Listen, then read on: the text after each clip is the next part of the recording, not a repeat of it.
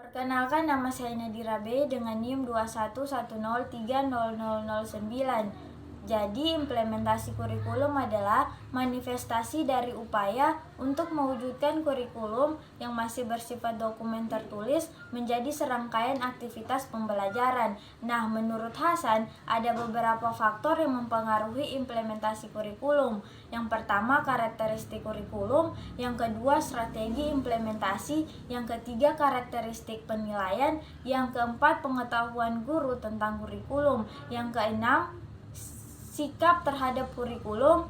Dan yang terakhir, keterampilan mengarahkan. Sementara itu, menurut Mars terdapat 5 elemen yang mempengaruhi implementasi kurikulum. Yang pertama, dukungan dari kepala sekolah, dukungan dari siswa, dukungan dari orang tua, dan dukungan dari dalam diri guru adalah unsur yang utama. Kalau misalnya diri saya itu pelaksanaan atau implementasi dalam kamus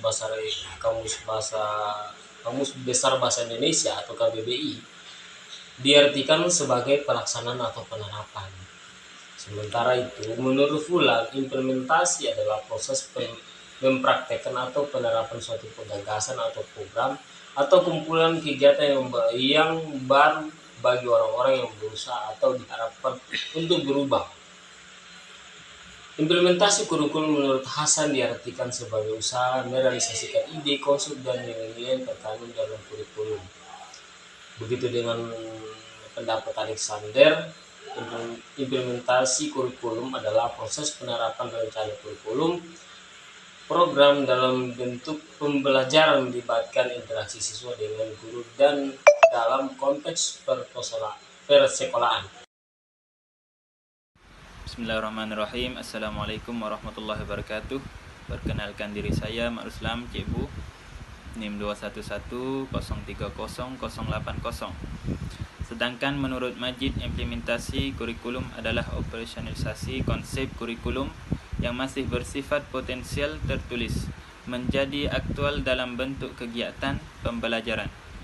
Dengan kata lain, implementasi kurikulum merupakan hasil terjemahan guru terhadap kurikulum yang dijabarkan ke dalam silabus dan rencana pelaksanaan pembelajaran RPP sebagai rencana tertulis Majid 2014. Implementasi kurikulum 2013 di lembaga pendidikan adalah wujud dari diterapkannya kurikulum 2013 di lembaga pendidikan yang ada di Indonesia. Terima kasih. Assalamualaikum warahmatullahi wabarakatuh. Nama saya Lulu Putra Anggreni dengan NIM 2110300016. Saya akan melanjutkan pembahasan materi sebelumnya. Faktor-faktor yang mempengaruhi implementasi kurikulum ada 10, yaitu yang pertama, faktor kebijakan pendidikan. Kebijakan pendidikan dari pemerintah dapat membentuk dan mempengaruhi kurikulum yang akan diimplementasikan. Mempengaruhi pembuatan, penyusunan, dan kebijakan tersebut dapat berupa kebijakan nasional, regional, atau kurikulum implementasi. Lalu yang kedua, yaitu faktor kondisi sosial ekonomi masyarakat.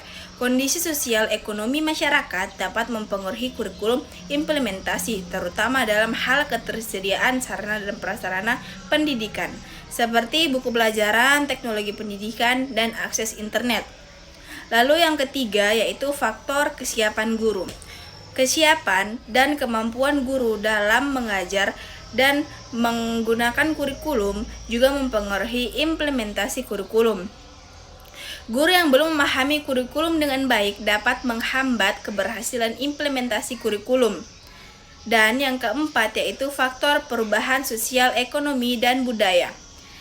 Perubahan sosial ekonomi dan budaya juga dapat mempengaruhi kurikulum. Kurikulum harus diperbarui secara berkala agar sesuai dengan perkembangan zaman dan kebutuhan masyarakat. Lalu yang kelima, yaitu faktor teknologi. Teknologi memegang peran penting dalam implementasi kurva.